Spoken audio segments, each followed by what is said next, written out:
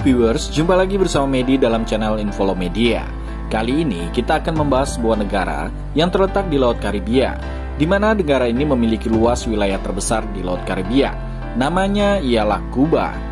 Namun sebelum itu, silakan tekan tombol subscribe dan jangan lupa nyalakan loncengnya ya, biar tidak ketinggalan informasi yang Medi sajikan di channel ini.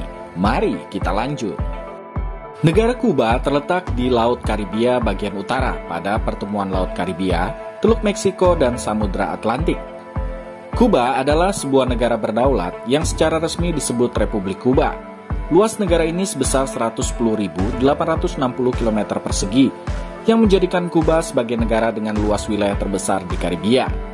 Jumlah populasi negara Kuba sebanyak 11,33 juta jiwa pada tahun 2020, di mana Kuba menjadi nomor 2 populasi terbanyak setelah Pulau Hispaniola di kawasan Laut Karibia. Dan bahasa resmi yang dipergunakan di negara ini adalah bahasa Spanyol. Walaupun demikian, banyak orang Kuba yang berkomunikasi menggunakan bahasa Inggris. Pada akhir abad ke-15 sebelum kedatangan bangsa Spanyol, wilayah Kuba dihuni oleh suku-suku Amerindian seperti suku Taino dan Ciboney. Christopher Columbus mendarat di Pulau Kuba pada tanggal 28 Oktober tahun 1492 di ujung timur Pulau Kuba. Di kemudian hari, Spanyol menaklukkan pulau ini yang dipimpin oleh Diego Velázquez de Cuéllar yang menjadi gubernur Kuba pertama untuk Spanyol pada tahun 1511 dan membangun sebuah villa di Baracoa yang pada akhirnya menjadi ibu kota pertama Kuba. Koloni Spanyol tetap bertahan sampai tahun 1898 sampai berakhirnya Perang Spanyol-Amerika Serikat. Gerakan kemerdekaan Kuba melawan Spanyol telah berlangsung sejak tahun 1895 yang dipimpin oleh seseorang yang bernama Jose Marti. Pada waktu itu perang kemerdekaan ini didukung oleh Amerika Serikat. Dan pada tanggal 12 Juni tahun 1901, Kuba mengamandemen konstitusinya dan menyertakan amandemen Platt yang berisi 7 syarat penarikan tentara Amerika Serikat dari Kuba pada penghujung perang Spanyol-Amerika Serikat, serta adanya syarat ke-8, di mana Kuba akan menandatangani perjanjian yang mengakui ke-7 syarat dalam amandemen Platt yang baru disahkan pada tanggal 22 Mei tahun 1903 setelah kemerdekaan Kuba pada tanggal 20 Mei tahun 1902. Presiden pertama Kuba ialah Tomás Estrada Palma yang terpilih sebanyak 2 kali sebelum ia dilengsarkan dan digantikan oleh presiden yang baru Miguel Gómez pada tahun 1909. Setelah kemerdekaan, keadaan politik Kuba bisa dibilang belum stabil. Ditambah lagi pada saat kepemimpinan Presiden Fulgencio Batista yang menjalankan kekuasaannya secara diktator pada tahun 1952. Kerusuhan pun meletus dan ketidakstabilan menyebabkan tergulingnya Batista pada bulan Januari tahun 1959 oleh gerakan 26 Juli yang kemudian mendirikan pemerintahan di bawah kepemimpinan Fidel Castro. Sejak tahun 1965, Partai Komunis Kuba mulai mengatur negara ini.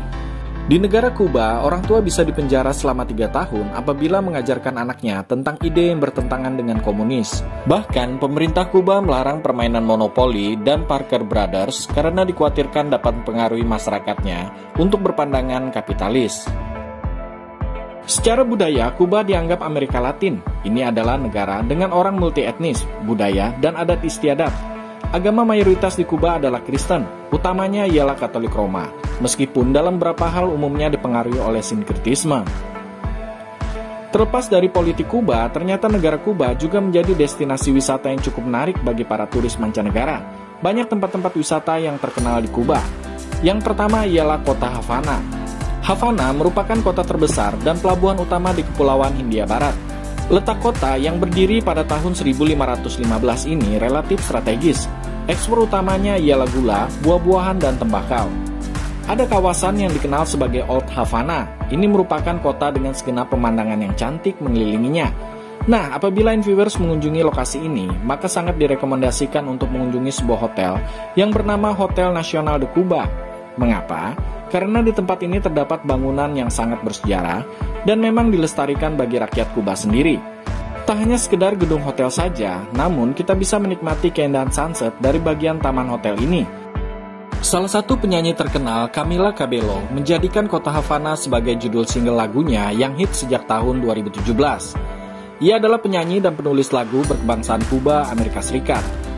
Di kota ini juga terdapat bangunan bersejarah pemerintahan yang bernama El Capitolio yang dibangun pada tahun 1929 dan menjadi gedung pemerintahan sekaligus landmark Havana yang berdiri megah tepat di tengah kota. El Capitolio terbuka untuk umum dan menyuguhkan berbagai pilihan perjalanan wisata yang penuh edukasi. Tempat yang kedua ialah Castillo del Morro.